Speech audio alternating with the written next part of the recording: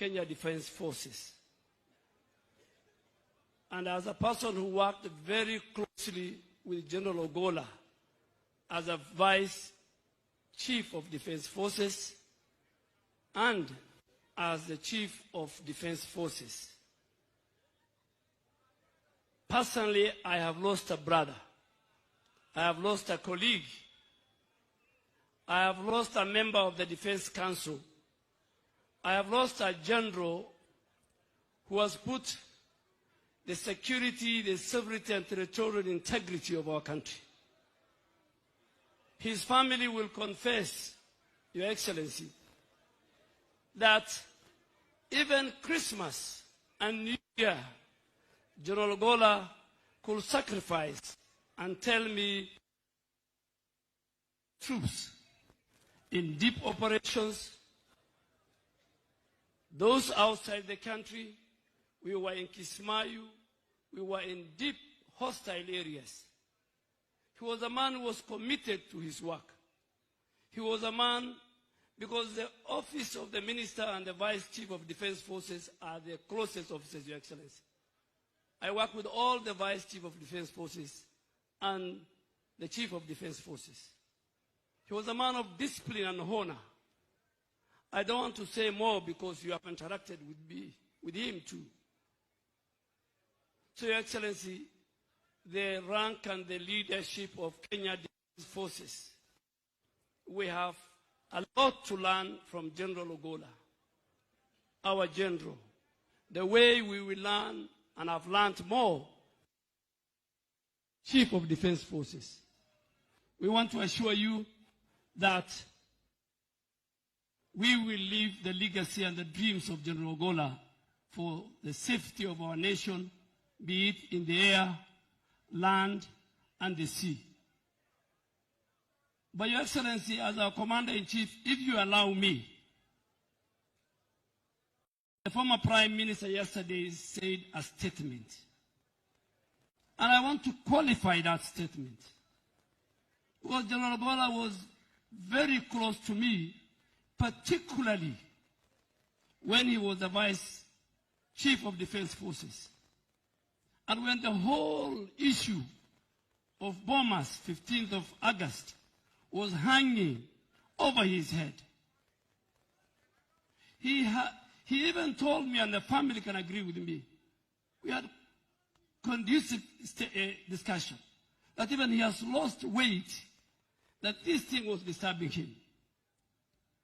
And Your Excellency, General Ogolla was not, as the Vice Chief of Defense Forces, was not a member of the National Security Committee, which is chaired by the Head of Public Service. So how did the General Ogolla went to NSAC and to Bomas? And as a Muslim, General Ogolla shared with me text messages of his superiors and members of the National Security Committee then. And he asked 3 or 4 times.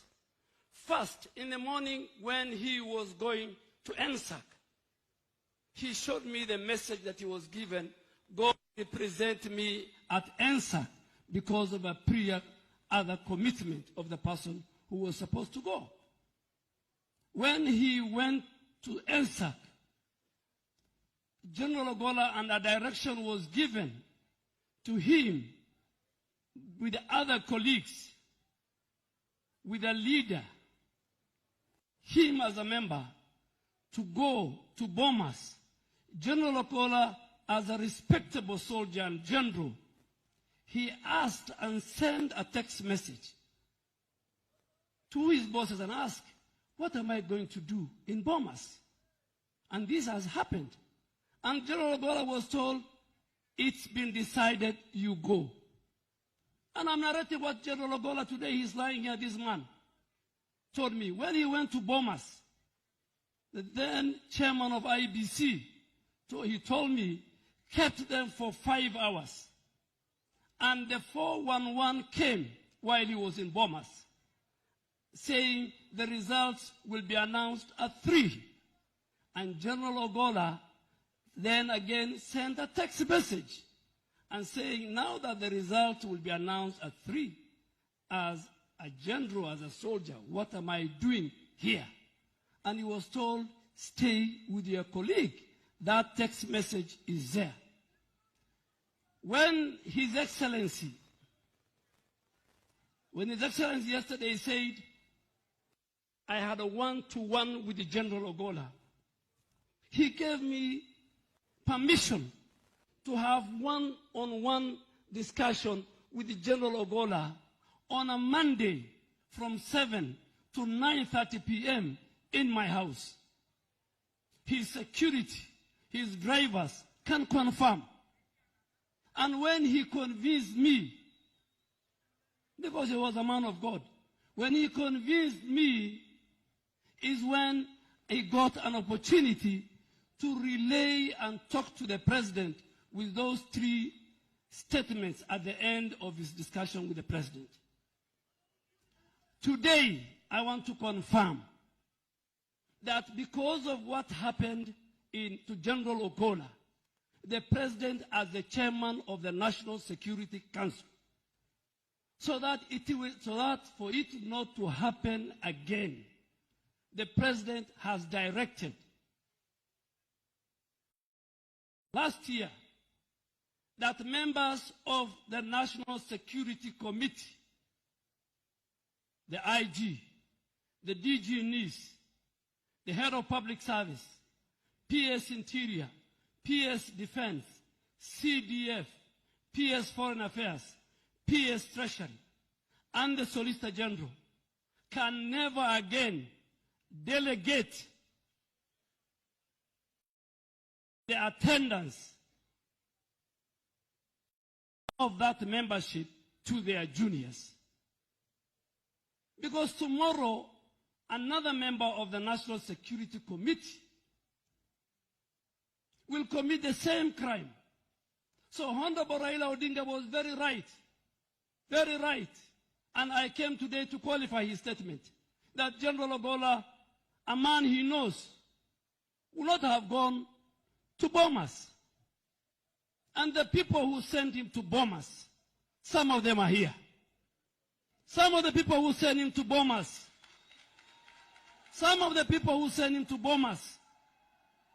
are known. They are members. So sometimes, the way Joel said, let us not create a false narrative about General Ogolla. Your Excellency, allow me again to make another confession as your Minister for Defense. Many of my colleagues ask me, you used to be a vibrant politician, you have changed. I have changed because I went to a different environment. Your Excellency, when General Tonje introduced that gentleman's agreement, it was General Opande, who he recommended to be the next CDF. But he did not. He was not given that chance. Many. The law says that a CDF will serve for 4 years or at the attainment of 62 years, whichever comes first. Your Excellency, this region has produced decorated generals. General Owiti, General Opande, and many others. But because you wanted to change Kenya, you said we must kill ethnicity and regionalism in our country. Your Excellency, and I want to confirm to the nation,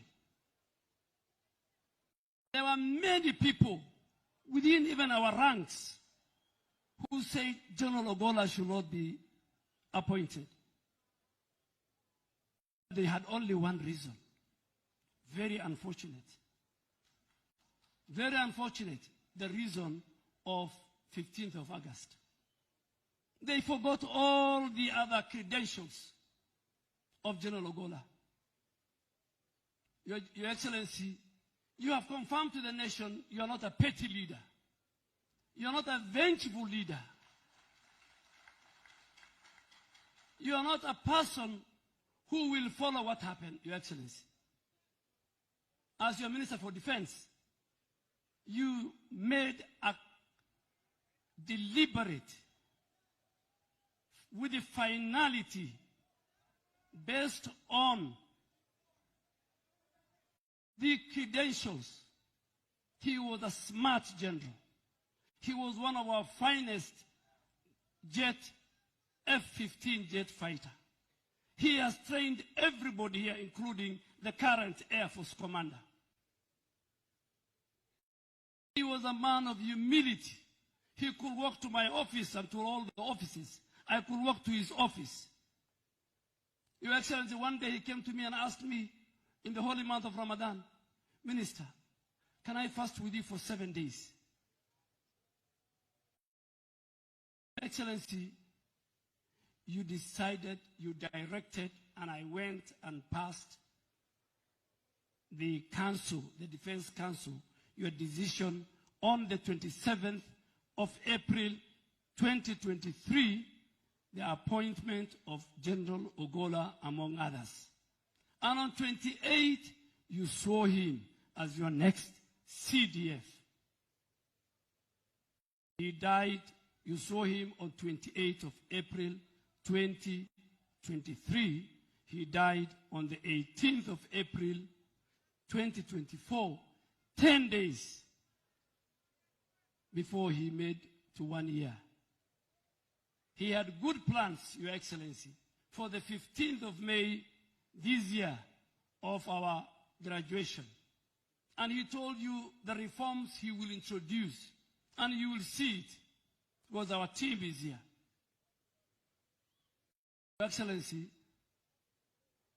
you'll go into the annals of history as a person who appointed not only General Ogolla, not only Raymond Omolo, not only many Kenyans to key security positions, including myself, without regard to ethnicity, to the region they come from, and to how their communities voted in last election. Your Excellency, you will be the one that will make sure that Kenya will be a country that everybody and every community will be proud of. With those many remarks, Your Excellency, let me take this opportunity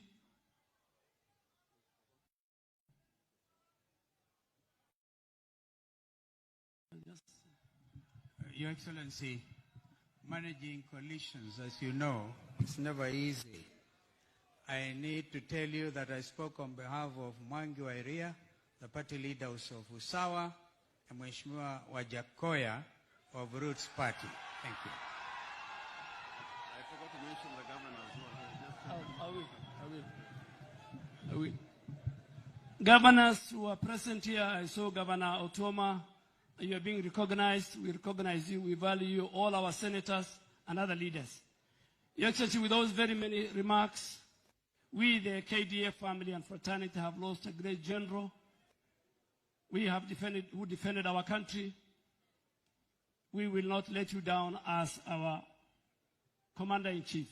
It's my humble duty to invite the Speaker of the National Assembly, the Honorable Moses Masika Wetangula.